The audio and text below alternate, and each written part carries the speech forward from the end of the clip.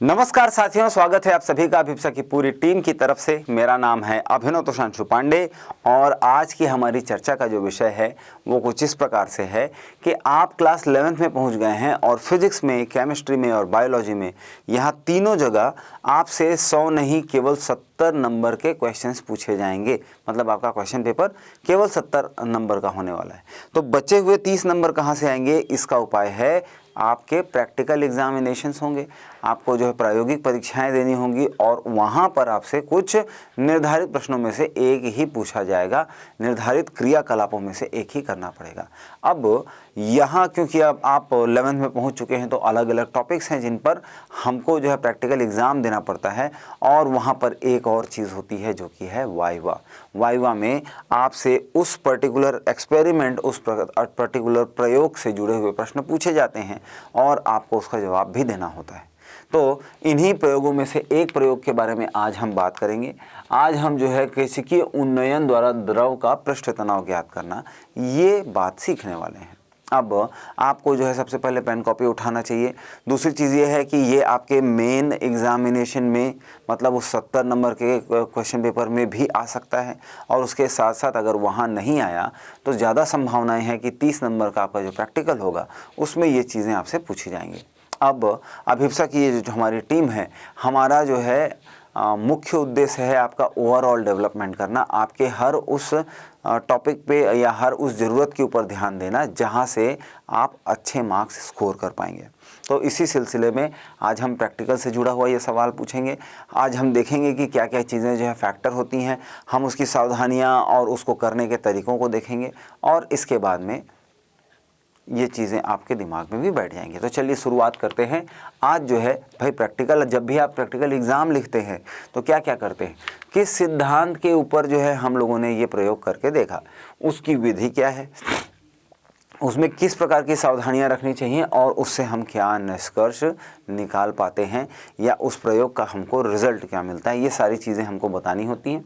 सबसे पहले हम सिद्धांत की बात करते हैं। सिद्धांत हमारे पास में क्या है, इस केशिकीय उन्नयन द्वारा मतलब क्या होता है, देखो होता ये है कि मैंने एक बर्तन में कुछ पानी ले लिया। सबसे आसानी से उपलब्ध होने वाला जो द्रव है हमारा वो पानी है। तो मैंने एक बर्तन में कुछ पानी ले लिया। अब इस पानी के बर्तन में मैंने क्या किया, एक बहुत ही पतली ट्यूब, जिसको हम लोग पिपेट बोलते हैं, ठीक है, इसको जो है इस तरीके से इसके ऊपर जो है घुसा दिया। अब यदि इसके अंदर जल है, अब आप समझने का प्रयास करेंगे, यदि इसके अंदर पानी है, इसके अंदर जल है, तो ये पानी जो है इसके ऊपर क्या लगेगा, इसके ऊपर जो है वायुमंडलीय दबाव मतलब एटमॉस्फेरिक प्रेशर PA लगेगा। वही वायुमंडलीय दबाव यहाँ पर भी लग रहा होगा, ठीक है। लेकिन अब आपको जो कंसेप्ट समझना है वो क्या है भाई, हम लोगों ने दो तरीके के फोर्सेस, दो तरीके के बल के बारे में जो है जानकारी इकट्ठा की थी। एक ऐसा बल जो एक ही प्रकार के पदार्थों के बीच में लगता है, कोहेसिव फोर्स बोलते हैं जिसको। तो पानी के अणु दूसरे पानी के अणु से जो है जब आकर्षण का बल अनुभव करेंगे तो वो कोहेसिव फोर्स हो जाएगा। इसी प्रकार से एक प्रकार के अणु किसी दूसरे पदार्थ या दूसरे प्रकार के अणुओं से आकर्षित होते हैं तो उसे एडहेसिव फोर्स कहते हैं। एडहेसिव शब्द का यूज आप फेविकोल में या दूसरे अलग प्रकार के गोंद में देखते होंगे।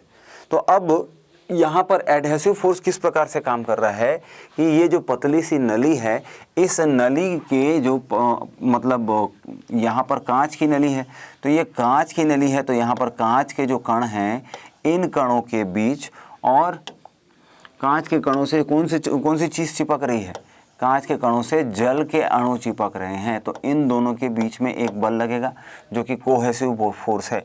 और ये बल लगने के बाद में प्रति एकांक क्षेत्रफल, अगर हम इसका जो है क्षेत्रफल कम करते जाते हैं या पतली से पतली नली लेते हैं तो उसके कारण जो है यहाँ पर एक दूसरा प्रेशर यानी कि दूसरा दबाव महसूस करेगा। कौन भाई? यहाँ पे का जल। और इसलिए हम यहाँ देखेंगे कि इस बर्तन में पानी भरने के बाद में जल का स्तर जो है बढ़ के यहाँ तक पहुँच जाता है। अब इस जगह में भाई जल का स्तर जो है सामान्य से h ऊंचाई तक पहुँच गया है। अब हमारा उद्देश्य क्या है? उद्देश्य है कि यहाँ पर जो है कुल मिला के इस बल का कारण क्या है? इस बल का मुख्य कारण है केशिकत्व का बल। तो ये केशिकत्व के कारण ये h ऊंचाई तक यहाँ पर जल का स्तर पहुँच गया है और हमें यहाँ से सरफेस टेंशन के बारे में जानकारी मिलेगी। हमें पता चलेगा कि पृष्ठ तनाव यहाँ पर क्या भूमिका निभा रहा है। उस पृष्ठ तनाव की भूमिका को जान के हम जो है उसका मान ज्ञात करेंगे, अगर हमें सिर्फ h का मान पता है। यहाँ तक की बात हो गई। चलिए आइए अब हम लोग जो है आगे डायग्राम देखेंगे और यहाँ पर जो है हम क्या क्या देखते हैं आप समझने का प्रयास कीजिए। देखिए यहाँ पर आपको दिखाई दे रहा है कि ये जल है और ये जल जो है इस पतली सी कांच की नली में यहाँ तक ऊपर उठा हुआ है। अब अगर हम इस जगह पर जो है थोड़ा सा फोकस करेंगे, इसको बड़ा करके देखेंगे, तो आपको यहाँ पर समझ में आता है कि जहाँ तक भी पानी भरा हुआ है यहाँ पर एक स्तर नज़र आ रहा है आपको। इसको जो है हम पूरा गोला बना लेते हैं, ठीक है, और इस पूरे गोले का हम लोग मान लेते हैं कि हमारा जो वो गोला है, देखिए ये जल का स्तर एक गोला बना रहा है, ठीक है, और इस गोले की जो अपनी त्रिज्या है वो r है। अब हम जो है इस नली की जो है त्रिज्या के बारे में बात करेंगे, तो इस नली की त्रिज्या अगर छोटा r हो, चलिए इस डायग्राम को थोड़ा क्लियर बना लिया जाए, ठीक है। तो हम जो है पहले एक गोला ले लेते हैं और इस गोले से जुड़े हुए जो है हम क्या करेंगे, ये नली है,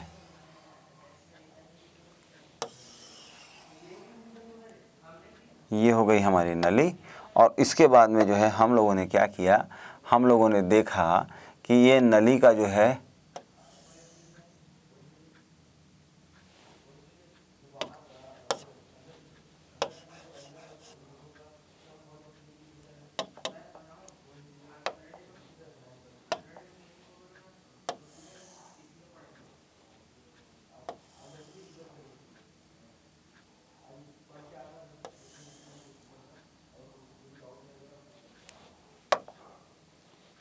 अब आप देखेंगे कि ये इस गोले का केंद्र है और इस गोले से जो है इसकी त्रिज्या r है, जबकि ये जो हमारा जो है नली है, नली का जो व्यास है वो 2r है। तो यहाँ पर हम स्मॉल r ले लेते हैं।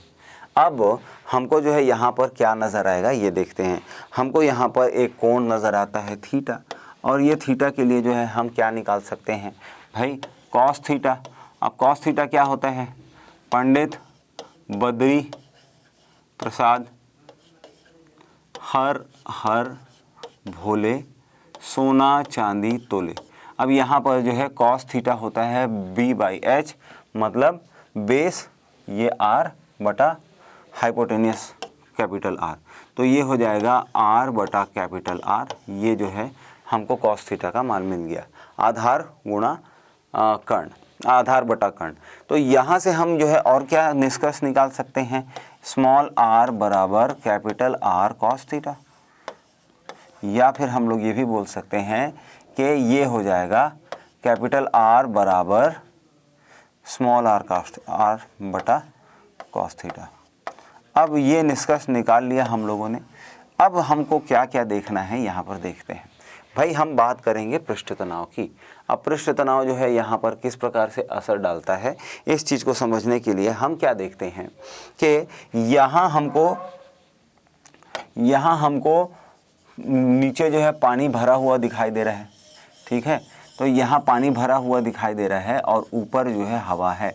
अब हम यहाँ पर दो बिंदुओं की कल्पना करेंगे। यहाँ पर पहला बिंदु ले लेंगे बिंदु A, और यहाँ पर दूसरा बिंदु ले लेंगे बिंदु B। अब आप समझने का प्रयास करें कि यदि A के पास में दबाव कम होता और B के पास में दबाव अधिक होता तो ये उल्टा बनता, मतलब यहाँ पर जो है हमको इस तरीके की संरचना नज़र आती। लेकिन क्योंकि A का दबाव अधिक है और B का दबाव कम है, इसलिए जो है ये तल जो है नीचे झुका हुआ है। ये बात समझ लेने के बाद में हम ये बोल सकते हैं कि pressure of A is greater than pressure of B। जो दबाव A पर है वो जो है बड़ा है किससे, B पर दबाव से। तो इन दोनों का अंतर अगर हम लोग निकालेंगे PA ऋण PB, तो हमको जो है इसका अंतर कितना मिलेगा। आप थोड़ा ध्यान देंगे तो आपको समझ में आएगा कि यहाँ पर जो है कुल मिला के जो दबाव मिलेगा वो मिलेगा 2 सिग्मा बटा आर, या फिर आप बोल सकते हैं ये 2T बटा आर होगा, जहाँ पर T क्या है, सरफेस टेंशन है या पृष्ठ तनाव है। ये संबंध हमको समझ में आ गया। अब हम जो है बात करेंगे, यहाँ वापस आते हैं और अब हम बात करेंगे कि यहाँ पर असल में प्रेशर जो है कितना। तो भैया यहाँ पर भी जो है हमको एटमॉस्फेरिक प्रेशर मिल रहा है, पीए मिल रहा है, और यहाँ पर भी एटमॉस्फेरिक प्रेशर मिल रहा है। तो ये वाला जो प्रेशर है उसको निकालने के लिए जो है हम लोग क्या कर सकते हैं, सबसे पहले हम लोग ये बात करेंगे कि यहाँ पर डेल्टा पी का मान क्या था। डेल्टा पी मतलब पीए, डेल्टा पी, ये डेल्टा पी क्या है, ये है ए के पास में जितना दबाव है ऋण बी के पास में जितना दबाव है, इसको हम लोगों ने डेल्टा पी रखा और इसका मान हो जाएगा 2 सिग्मा बटा आर। ये जो है दबाव में अंतर के बारे में हमको पता चल गया। अब ये जो यहाँ पर दबाव बन रहा है, मतलब कुल मिला के जो दबाव में अंतर है उसी के कारण जो है ये ऊपर चढ़ा हुआ है, इसलिए यहाँ पर जो है हम दबाव का मान निकालेंगे तो वो हो जाएगा रो जी एच। अब आप समझने का प्रयास करें, यहाँ पे रो क्या है, ये रो है घनत्व, जी क्या है गुरुत्वीय त्वरण, और एच क्या है, ये जल के कॉलम की या लिक्विड के कॉलम की ऊंचाई है। तो इस तरीके से हमको जो है ये दोनों चीज़ें समझ में आई। और अब हम लोग जो है क्या करेंगे कि भाई हमको जो है ये दोनों के दोनों दबाव जो है बराबर मिलेंगे। तो हम यहाँ पर क्या बोल सकते हैं, हम यहाँ पर बोल सकते हैं कि रो सिग्मा 2 सिग्मा बटा आर बराबर रो, नहीं ये नहीं, रो जी एच, ये हमको पता चल गया। अब यहाँ पर हम R का मान डालेंगे तो R का मान हम लोगों ने क्या निकाला है, ये हो जाएगा 2 सिग्मा बटा, R का मान है स्मॉल r बटा कॉस थीटा, तो यहाँ पर हो जाएगा स्मॉल r बटा कॉस थीटा, और ये किसका मान हो जाएगा, ये मान हो जाएगा रो जी एच का। अब यहाँ से हम क्या कर सकते हैं, यहाँ से हम इसको पक्षांतर करेंगे तो ये हो जाएगा 2 सिग्मा बराबर रो जी एच, और ये पूरी की पूरी क्वांटिटी जो यहाँ पर विभाजित है वो वहाँ जाके गुणा हो जाएगी, तो ये हो जाएगा आर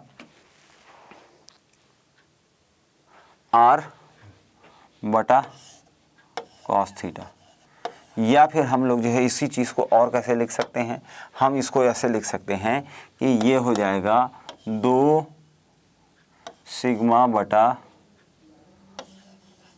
कॉस थीटा बटा आर, और ये बराबर हो जाएगा रो जी एच के। अब यहाँ से जो है हमको क्या निकालना है, हमको सरफेस टेंशन की बात करना है, हमको बाकी चीज़ों से हमको एच पता है, हमको क्या पता है कि वो नली जो है हम लोगों ने उसकी त्रिज्या क्या है ये भी पता है, घनत्व तो क्या है ये भी पता है, और जी क्या है ये भी पता है। तो इस तरीके से अगर हम जो है सरफेस टेंशन सिग्मा की बात करेंगे तो ये हो जाएगा रो जी एच गुणा आर बटा 2 कॉस थीटा। इस तरीके से जो है हम क्या निकाल सकते हैं, इस तरीके से हम निकाल सकते हैं कि कुल मिला के सरफेस टेंशन कितना है। तो ये जो है आपको एक बार हम दोबारा देख लेते हैं।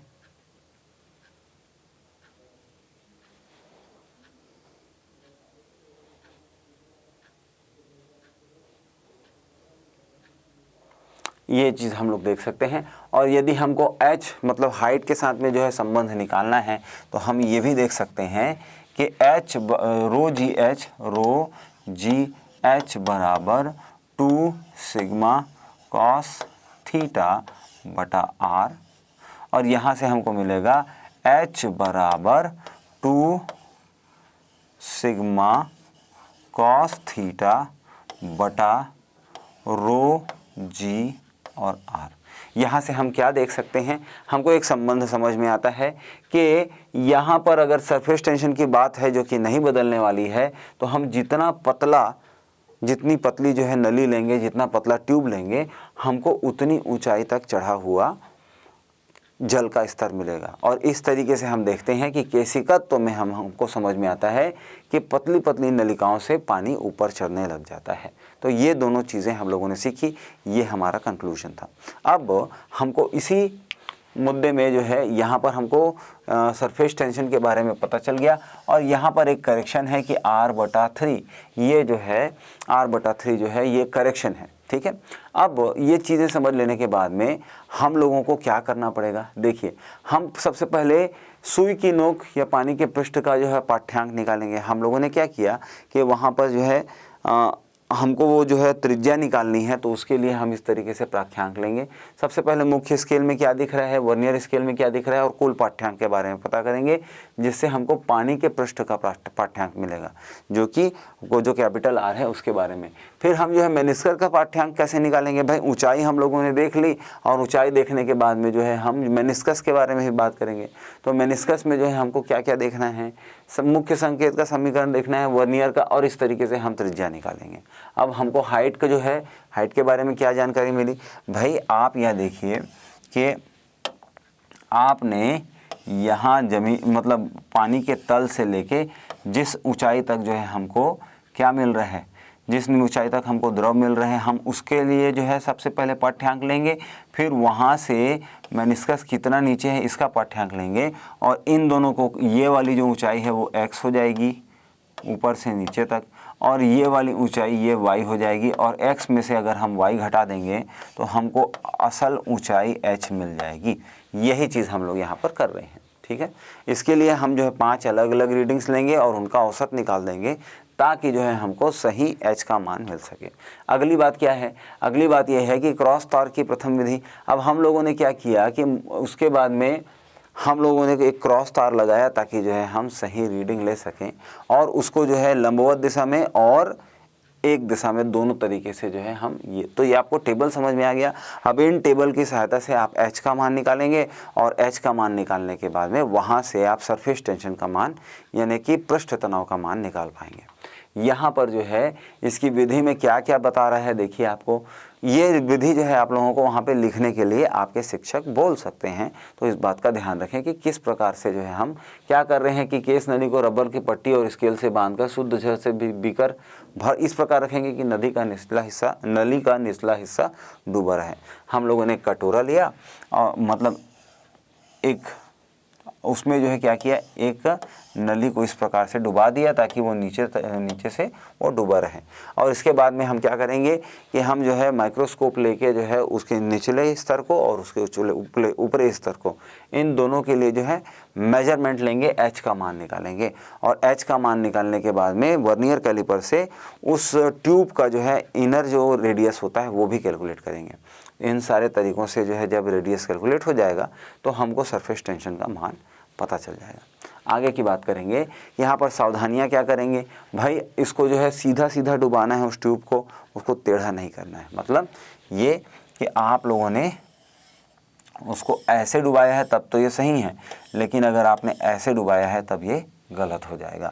दूसरी चीज़ है कि उसको जो केशिकीय नली है उसको हम जो है साफ भी रखें, उसमें कोई अशुद्धि होने से सरफेस टेंशन का मान बदलता है, ये हम लोगों ने पहले भी पढ़ा है।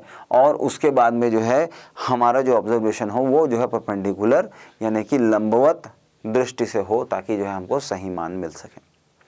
ये चीज़ें समझ लेने के बाद में हम लोगों ने निष्कर्ष क्या निकाला, आपको वहाँ पर टी का मान निकालना है। और टी का मान निकालने के लिए आप जो भी मतलब गणितीय जो है कैलकुलेशन करेंगे, उस कैलकुलेशन के बाद में आप निष्कर्ष निकालेंगे कि हमारे इस प्रयोग से हमको क्या निष्कर्ष मिला कि हमारे दिए हुए द्रव का जो है पृष्ठ तनाव का मान कितना आया। ये आपका उत्तर होगा। चलिए अब आगे देखते हैं कि इसके अलावा जो है पृष्ठ तनाव का क्या उपयोग होता है। तो यहाँ पर एक छोटी सी चीज़ है जिसको हम देखेंगे, समझने का प्रयास करेंगे, बहुत ही आसान है।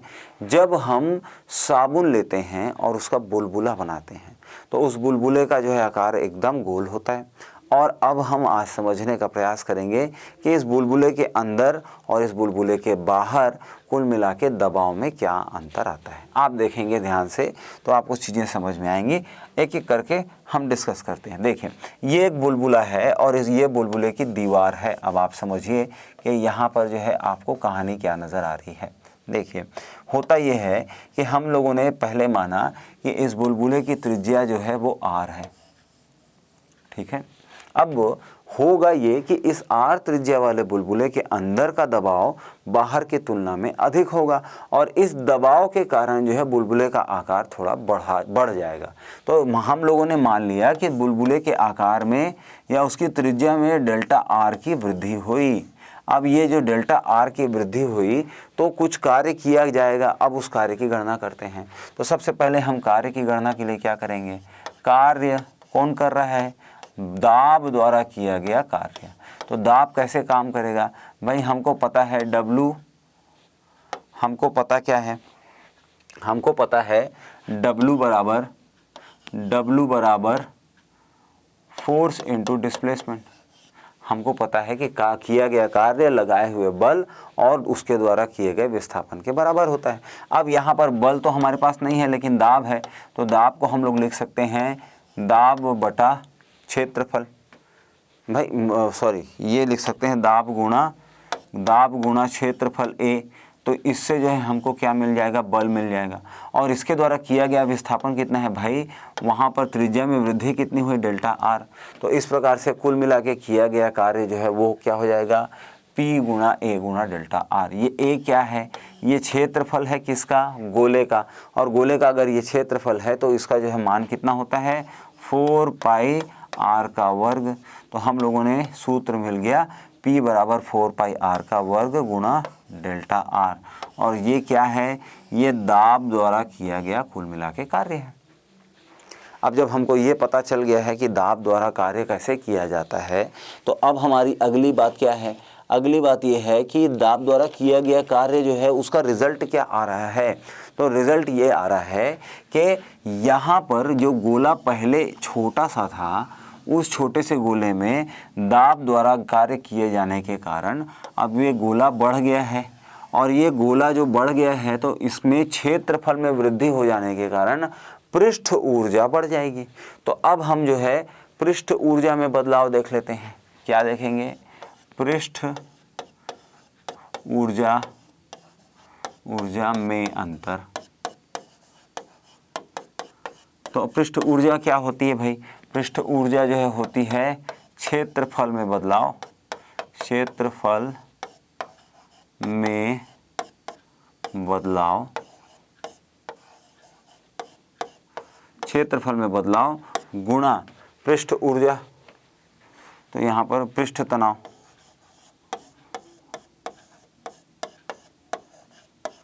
अब आपको समझ में आ गया होगा। तो क्षेत्रफल में बदलाव कितना हुआ, तो भाई हमको समझ में आता है कि पहले उसकी त्रिज्या r थी और अब जो है उसकी त्रिज्या r धन डेल्टा r हो गई है। तो इसलिए जो है क्षेत्रफल में बदलाव कितना आएगा, तो क्षेत्रफल में बदलाव आ जाएगा 4 पाई r का वर्ग, नहीं 4 पाई r धन डेल्टा r का वर्ग, बड़ा वाला क्षेत्रफल ये है, ऋण 4 पाई r का वर्ग। अब यहाँ पर जो है अगर हम ध्यान से देखेंगे तो हमको क्या नज़र आएगा भाई, 4 पाई को आप बाहर ले लीजिए कॉमन, और अब आपको क्या मिलता है, अब आपको मिलता है r धन डेल्टा r का वर्ग ऋण r का वर्ग। अच्छा, a धन b पूरे का वर्ग, इसका जो है सूत्र क्या होता है, a का वर्ग धन b का वर्ग धन 2ab। उसी तरीके से यहाँ पर हो जाएगा 4 पाई और यहाँ पर लिखते हैं r का वर्ग धन डेल्टा r का वर्ग धन 2r डेल्टा r, और यहाँ पर ये वाला r तो ऋण r का वर्ग। ये कुल मिला के क्षेत्रफल में बदलाव आया। इस क्षेत्रफल में बदलाव में से जो भी चीज़ें कटती हैं हम उसको काट देंगे, तो ये वाला r का वर्ग और ये वाला r का वर्ग कट जाएगा और हमको क्षेत्रफल में बदलाव कितना मिला, 4 पाई r का डेल्टा r का वर्ग धन 2 आर डेल्टा आर ये। अब इसमें जो है हमको क्या गुणा करना है, हमको पृष्ठ तनाव गुणा करना है। तो पृष्ठ तनाव जो है गुणा करेंगे तो पृष्ठ तनाव का मान जो है हम लोग ले लेते हैं टी, यहाँ पर भी गुणा कर देंगे टी और यहाँ पर भी गुणा कर देंगे टी। अब आप समझिए कि ये जो डेल्टा आर है वो असल में कितना होगा। मान लेते हैं कि मैंने डेल्टा आर का मान 0.1 रखा तो इसका वर्ग निकाल देने से 0.01 मिलता है। कोई भी संख्या जो बहुत छोटी है उसका वर्ग निकालने से और भी छोटी संख्या मिलती है। इसलिए हम लोगों ने क्या किया कि इसलिए हम लोगों ने ये डेल्टा आर के वर्ग का मान जो है वो इग्नोर कर दिया। अब हमारे पास में जो है कुल मिला के पृष्ठ तनाव, पृष्ठ ऊर्जा इसका मान कितना हो गया, इसका मान हो जाएगा 4 पाई गुणा 2r डेल्टा आर और गुणा टी, या हम बोल सकते हैं इसका मान हो जाएगा 8 पाई r डेल्टा आर गुणा टी। ये जो है पृष्ठ ऊर्जा का मान हो गया। अब आप समझने का प्रयास करें कि ऊर्जा के संरक्षण का नियम क्या बोलता है। ऊर्जा के संरक्षण का नियम बोलता है, ऊर्जा के संरक्षण का नियम, ठीक है, ऊर्जा के संरक्षण का नियम, इसके द्वारा हमको पता चलता है कि कुल मिला के दाब ऊर्जा द्वारा किया गया कार्य ये किसके बराबर होगा, पृष्ठ ऊर्जा में परिवर्तन के बराबर होगा। पृष्ठ ऊर्जा में परिवर्तन।